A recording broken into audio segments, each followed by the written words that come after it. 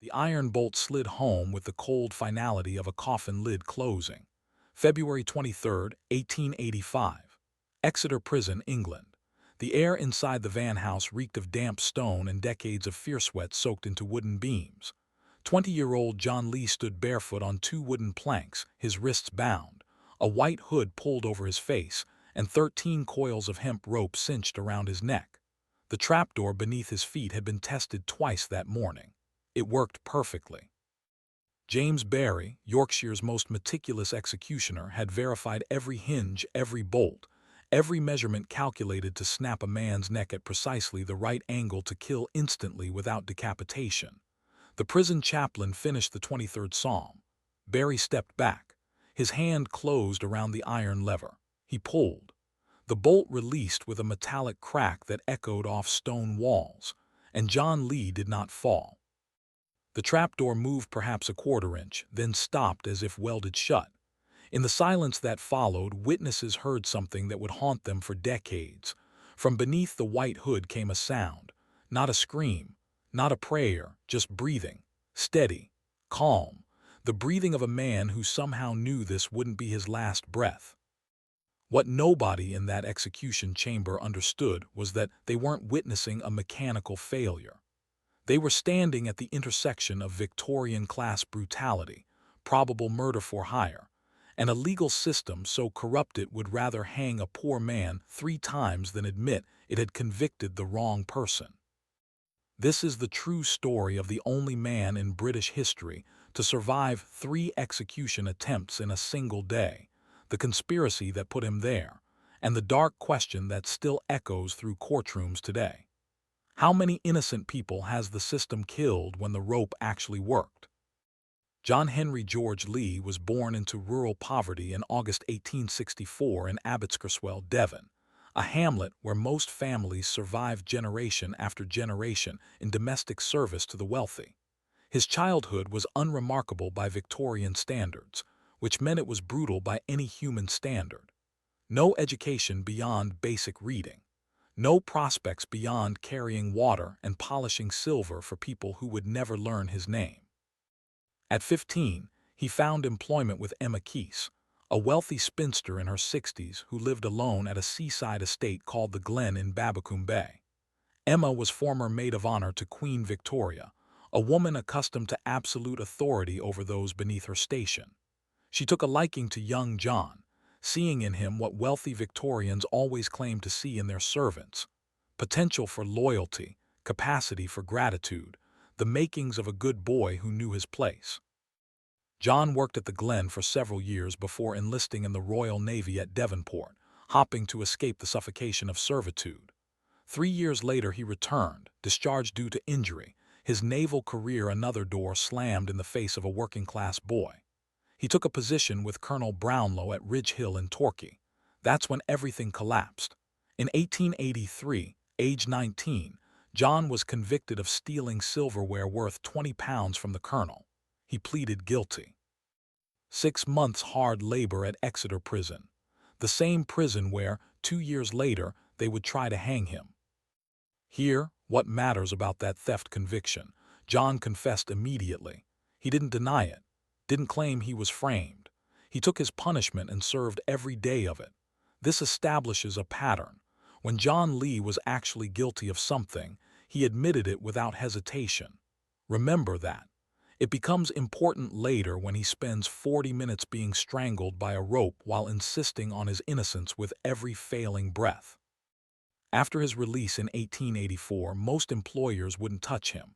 A convicted thief, a man with a record. But Emma Keyse surprised everyone. She offered him his old position back at the Glen. She believed in second chances, or perhaps she believed in cheap labor from someone who had no other options. John returned to Babbacombe Bay. His half-sister Elizabeth Harris was employed there as cook. 2 other servants, elderly sisters Eliza and Jane Neck, completed the household staff. The only male in a house full of women, and one powerful, aging mistress whose moods were growing increasingly erratic. Within months, the relationship soured. Emma discovered John had been seeing a local girl. She disapproved. She reduced his wages from £4 to £3 per month. She threatened to dismiss him entirely. For a young man who'd already been imprisoned, already been discharged from the Navy, already been rejected by every decent employment prospect, this must have felt like the world was systematically crushing every escape route. But feeling trapped and committing murder are very different things. November 15th, 1884. That's the night someone murdered Emma Keyse in a frenzy so violent it suggested either rage beyond reason or a calculated attempt to destroy evidence through fire. Emma's throat was cut ear to ear with a blade so sharp the wound nearly decapitated her. Her skull was fractured in 3 places from repeated blows with a small domestic hatchet found at the scene. Paraffin oil had been poured on her body and throughout the rooms. Multiple fires had been set, clearly intended to burn the house down and incinerate any forensic evidence. The killer had tried to stage it as an accident, a fire that killed a sleeping woman, but the brutality of the wounds made that impossible to believe. John Lee discovered the fire around 4 in the morning. He broke the dining room window to let out smoke. He woke the other servants. He appeared to help fight the flames. When police arrived, he was found with an unexplained cut on his right arm, blood on his clothing, and according to some witnesses, the smell of paraffin on his trousers. He claimed the cut came from breaking the window. He claimed the blood was from helping move Emma's body. As for the paraffin smell here, where the evidence starts to fall apart, Dr. Herbert Nicholas Chilcote, the medical officer who first examined John's clothing, testified under oath at trial. The coat smelt strongly of paraffin. I examined a pair of trousers also shown to me, and there is a patch of blood on one of the legs, a little to the back. I notice now a smell of oil about them. Did not so notice it when police constable called upon me at my surgery. Read that again. The doctor smelled paraffin on the coat but not on the trousers when he first examined them. Later, at trial, suddenly the trousers also smelled of paraffin. This suggests evidence tampering. Someone handled those trousers between the medical examination and the trial. Someone wanted to strengthen the case against John Lee. This wasn't investigated. Nobody questioned how evidence changed characteristics after leaving the doctor's custody. 2 days after the murder, an inquest was held at St. Marichurch Town Hall. This is where Victorian justice revealed its true nature. The inquest jury heard 25 witness statements. Then they did something that today would result in immediate mistrial. They declared John Lee guilty of willful murder and demanded this verdict be written on Emma Keyse's death certificate. John hadn't been tried yet, hadn't been convicted in any court of law. But the inquest jury, made up of local property owners who belonged to the same social class as Emma Keyse, had already decided a poor man with a criminal record must be guilty. Even if he were acquitted at trial, that accusation would follow him forever in official records. This was the Victorian class system, weaponized as a legal instrument. John Lee's trial began February 2nd, 1885 at Exeter Guildhall. He was represented by Reginald Gwynne Templar, a young solicitor who had a personal connection to Emma Keyse. This created an immediate conflict of interest, though nobody raised objections at the time. 2 days before trial, Reginald suddenly fell ill. His younger brother Charles took over the defense along with John St. Aubin, Liberal MP for St. Ives. They had 48 hours to prepare. Reginald never fully recovered from his mysterious illness. He died less than 2 years later, December 18th, 1886, from what Victorian medical euphemism called paralysis of the insane, a diagnosis typically associated with tertiary syphilis. At trial, the prosecution presented circumstantial evidence. John was the only male in the house. He had a prior theft conviction. He was found with a cut on his arm and blood on his clothes. That was it. No murder weapon tied to him. No witness saw him commit violence. No confession. The defense called no witnesses. They barely cross-examined prosecution witnesses. John maintained his innocence throughout. When the judge asked why he showed such unusual calm after being sentenced to death, John replied, "The reason I am so calm is that I trust in the Lord, and He knows that I am innocent." The jury took 40 minutes to convict him. 40 minutes to decide a man should die based on the fact that he was poor, had a record, and happened to be present when his employer was murdered. This was Victorian justice. Class determined guilt more reliably than evidence. 12 days before his execution, John wrote a letter to his half-sister Elizabeth from his cell. The letter reveals something crucial. There is no doubt that the truth will come out after I am dead. It must be some very hard-hearted persons to let me die for nothing. They have not told 6 words of truth, that is the servants, and that lovely stepsister who carries her character with her. John believed Elizabeth knew who really killed Emma Keyse. He believed she was lying to protect someone. Now, who would Elizabeth Harris protect at the cost of her half-brother's life? This is where the conspiracy deepens into something far darker than a simple murder. Elizabeth Harris was pregnant in early 1885. The father's identity was never publicly confirmed, and in 1936, more than 50 years after the murder, the Herald Express published a detailed reconstruction of events that night. The article stopped just short of naming Reginald Gwynne Templar as the actual murderer, presumably to avoid embarrassing his surviving family. But the evidence they presented was devastating. Emma Keyse knew about Elizabeth's pregnancy. Emma knew about her relationship with Reginald. Emma, a former Queen's servant with rigid Victorian morals, was furious. She threatened to expose Reginald publicly, to ruin his legal career, to destroy his reputation. That created a motive far stronger than John's wage reduction.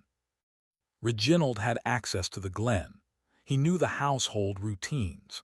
He had a personal relationship with the cook who could facilitate entry.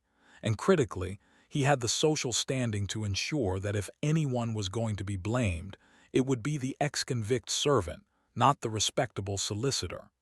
Victorian class privilege wasn't just about money. It was about the fundamental assumption that wealthy men didn't commit crimes like murder, and poor men with records must be guilty of anything they were accused of. 3 days after John's execution was supposed to occur but failed, a Leicester newspaper published something extraordinary.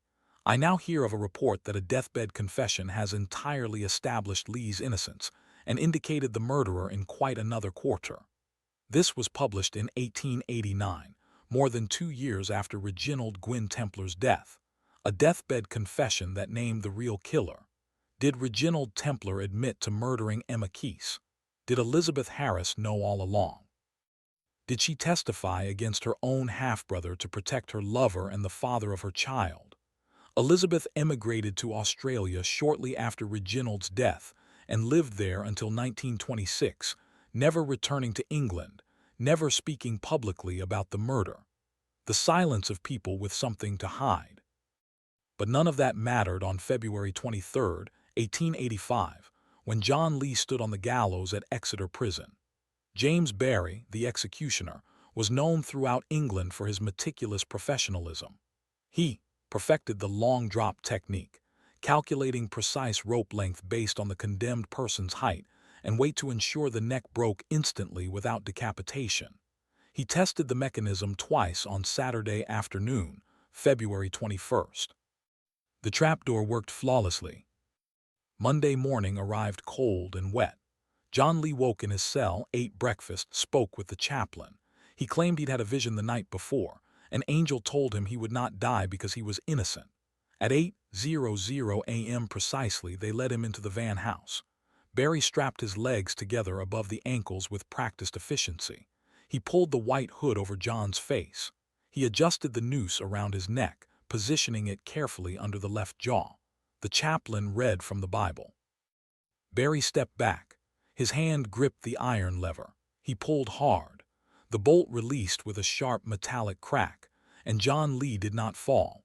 Chief Constable Gerald de Courcy Hamilton, present as witness, later wrote in his official report, "To my intense astonishment, the trapdoors deflected only about 1/4 of an inch and appeared to be tightly jammed together about the center."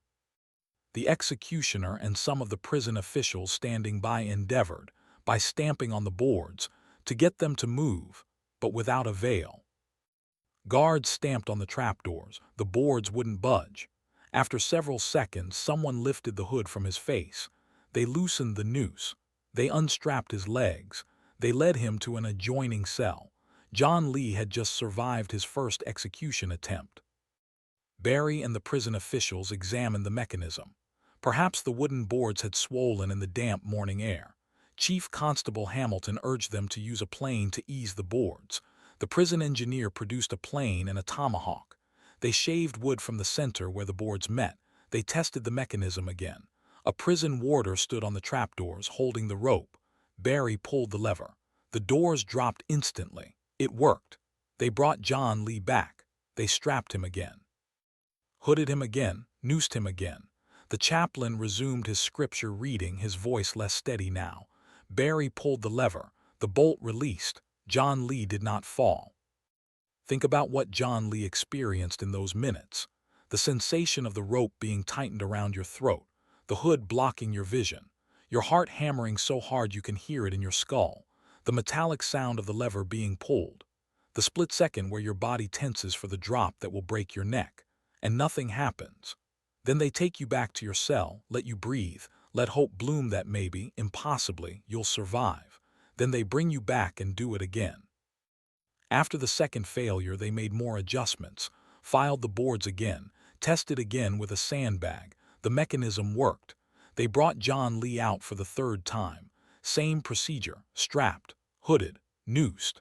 The prison medical officer later wrote that this third attempt having failed, I ordered him to be removed to a cell near.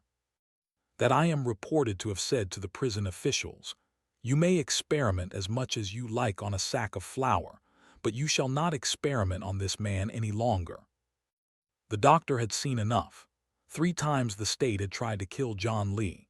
3 times the apparatus had failed despite working perfectly in tests. This wasn't supposed to happen. The machine of Victorian justice was supposed to function with clockwork precision. Instead, they had a breathing, conscious man who had endured psychological torture beyond anything the court had sentenced him to, and a mechanism that refused to function. The governor informed everyone that the apparatus simply wouldn't work. They returned John Lee to his cell. They couldn't keep trying indefinitely. The next morning, February 24th, 2 clerks of works conducted a thorough examination of the scaffold. They discovered something the executioner had missed. When the scaffold was moved from the old infirmary to the Van House in 1882, it had been reassembled incorrectly. The long hinges that ran where the 2 trapdoors met were resting 1/8 of an inch too much on the drawbolt at the crank. This tiny misalignment meant that when weight was placed on the doors in the exact position where John Lee stood, and when the lever was pulled slowly or hesitantly, the doors would bind. The Home Office report concluded, "It is probable that in the refixing of the scaffold, the 2 sides were placed 1/8 of an inch nearer than they had been before, or that the long hinge had been very slightly bent in some way at that time." 1/8 of an inch. The thickness of 2 sheets of paper. That's what saved John Lee's life. Here, what should disturb anyone who believes in justice? John Lee wasn't saved by divine intervention or some miraculous occurrence. He was saved by a mechanical accident, a 1/8 inch misalignment that just happened to bind when weight was distributed exactly where he stood. This wasn't a miracle. It was an engineering flaw. And that mechanical accident reveals something far more terrifying than the story we usually tell ourselves. Because if John Lee's survival depended entirely on faulty hinges, that means justice was never part of the equation. The system wasn't trying to establish truth. It was executing a scapegoat. It only failed at the mechanical level. Every other component worked perfectly. But that raises a question nobody asked at the time. Why did the mechanism work perfectly during tests with sandbags and volunteers, but fail with John Lee specifically? Under pressure, with a living man on the gallows, Barry may have pulled the lever more slowly, more carefully. That hesitation, combined with John Lee's exact weight and position, created the binding effect. It's mechanically plausible. But if the apparatus genuinely malfunctioned for purely mechanical reasons, That suggests Victorian execution technology was fundamentally unreliable. How many other men had been hanged on faulty gallows that worked correctly by pure chance? How many families were told their loved ones died instantly, painlessly, when the reality was botched executions covered up by prison officials? The story reached London within hours. Home Secretary Sir William Harcourt immediately passed an order commuting John Lee's death sentence to life imprisonment. When questioned in the House of Commons on February 23rd, Harcourt stated, "After considering them, I thought that it would shock the feelings of everyone if a man had twice to incur the pangs of imminent death. I therefore, this afternoon signed a respite in his case, to continue during Her Majesty's pleasure." Notice what happened here. Parliament and the press focused entirely on execution methodology. They worried about the embarrassment to the state when its killing machine failed to function properly. The Guardian newspaper published an editorial calling for more efficient executions. More efficient. As if the problem was that they hadn't killed John Lee quickly enough, not that they might have been killing an innocent man. Nobody seriously investigated whether John Lee actually murdered Emma Keyse. The class system that convicted him couldn't afford to admit error. If they acknowledged John Lee might be innocent, they'd have to acknowledge the system was broken. They'd have to examine how many other poor defendants had been convicted on equally flimsy evidence. So they commuted his sentence, declared the matter resolved, and moved on. John Lee served 22 years in Portland Prison. He described the experience as moving from one tomb to another.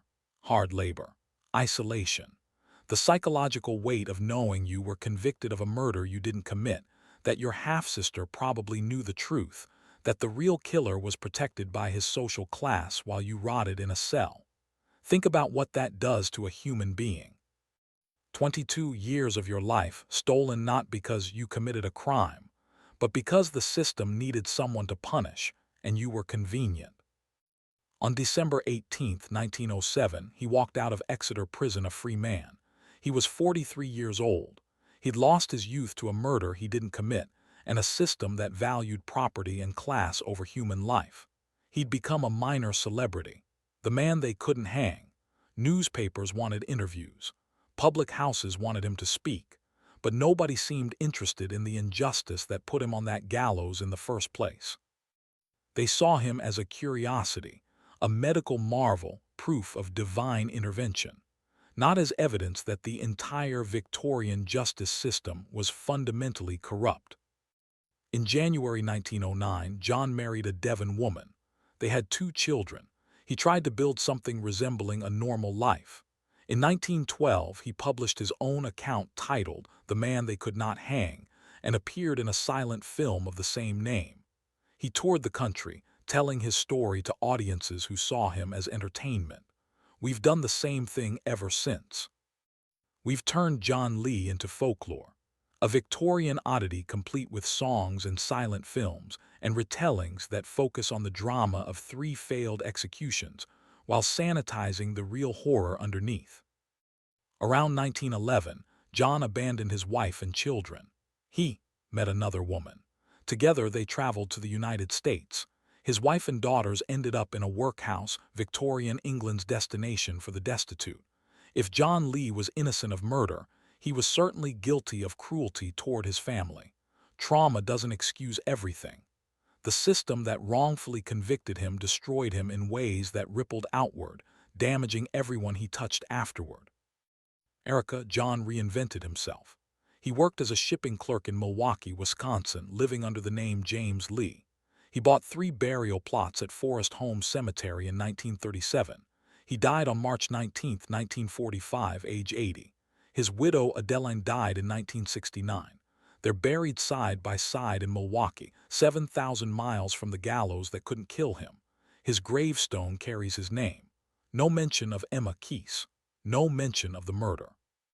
Just birth and death dates, as if the 60 years between were unremarkable. But let's be absolutely clear about what John Lee's story really means. He was one of the extraordinarily rare cases where mechanical failure prevented execution. He was one man, one time, one gallows that didn't work.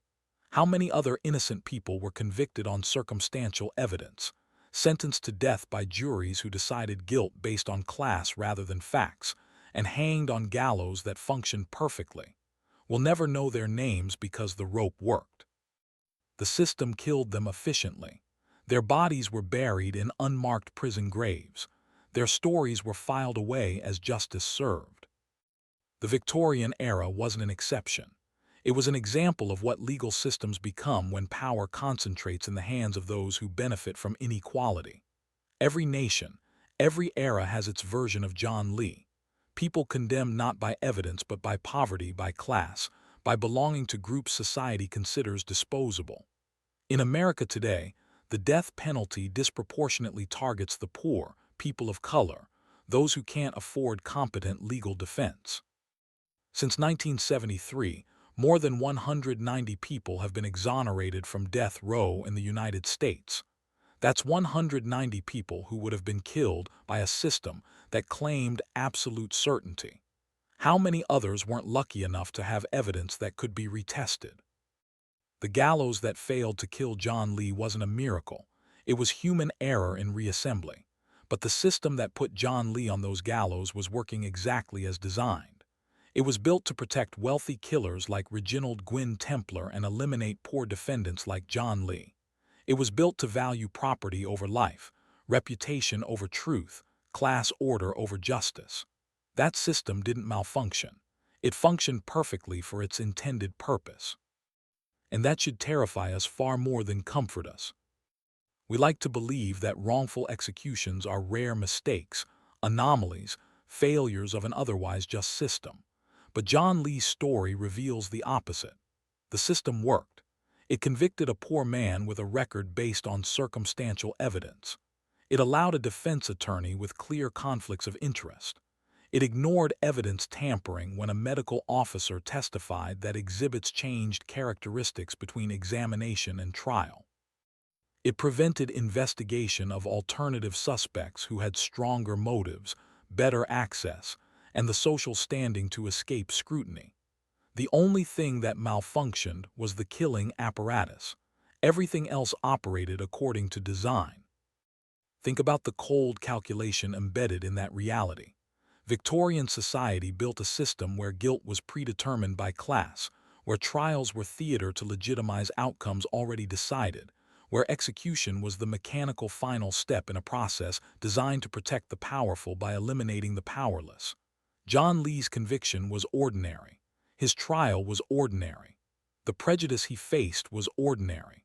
The corruption that protected the real killer was ordinary. That ordinariness is what should terrify us. Because if we live in societies where the fundamental machinery of justice serves power rather than truth, then we're all one false accusation, one circumstantial case, one biased jury away from John Lee's fate. If your blood is boiling right now, if you're angry that a 20-year-old man stood on gallows 3 times for a murder he almost certainly didn't commit while the real killer walked free protected by his social class, then prove you're paying attention. Hit that like button. Write in the comments. Justice should be blind, not broken. Because every time we let stories like John Lee's fade into history as mere curiosities, we're participating in the same system that put him on that gallows. We're saying that injustice is acceptable as long as it's far enough in the past. We're agreeing that the poor and powerless deserve less protection than the wealthy and connected. John Lee lived until 1945. He survived World War I. He lived through the Great Depression. He saw the beginning of World War II. Every morning he woke up in Milwaukee was a morning the British government tried to prevent. Every breath was an act of defiance against a system that declared him disposable. He died in bed of natural causes. At age 80, the state tried 3 times to break his neck and failed. Time succeeded where justice couldn't, but he got 60 years the system tried to steal. That's not a happy ending. That's a man who survived attempted murder by his own government and spent the rest of his life dealing with the trauma. That's a family destroyed by wrongful conviction. That's a society that never held the real killer accountable because his class protected him better than evidence condemned him. And it's a reminder that the only reason we know John Lee's name is because the hinges misaligned. Thousands of others weren't so lucky. Their names are lost to history because, when it was their turn on the gallows, the mechanism worked exactly as intended. Stop right now and think about how many times today someone stood in a courtroom without adequate defense. How many times evidence was suppressed because investigating would embarrass powerful people. How many times juries decided guilt based on the defendant's appearance, their neighborhood, their economic class rather than the evidence presented. The system hasn't been reformed. It's been refined, made more efficient. We've improved the engineering of execution, making it more reliable. That's not progress. That's perfecting murder. If this story changed how you see justice, then share this video. Make sure other people understand what really happened in Exeter Prison that February morning. Write in the comments, "The system protects killers and punishes scapegoats." Subscribe because there are more stories like this, more injustices buried in history, more patterns we need to recognize before we repeat them. The powerful people who protected Reginald Gwynne Templar and convicted John Lee wanted these stories forgotten. They wanted John Lee to die on schedule, be buried in an unmarked prison grave, and disappear from history. The fact that you're watching this, that his story survived, is itself an act of resistance against the system that tried to silence him. The man they couldn't hang is dead now, but the system that tried to kill him 3 times in one morning is alive and well. It's evolved. It's learned. It's gotten better at avoiding the obvious mechanical failures that caused public scandal in 1885. It kills more efficiently now. The hinges don't malfunction because we've perfected the engineering, and that means innocent people die more reliably. John Lee's story isn't about a man who miraculously survived. It's about a system so fundamentally corrupt that survival required literal divine intervention or mechanical failure. It's about how easily justice becomes injustice when courts serve power rather than truth. It's about a civilization that builds legal systems to protect killers with the right last names while executing scapegoats with the wrong social class. And it's about us, right now, deciding whether we'll look away from that reality or finally confront it.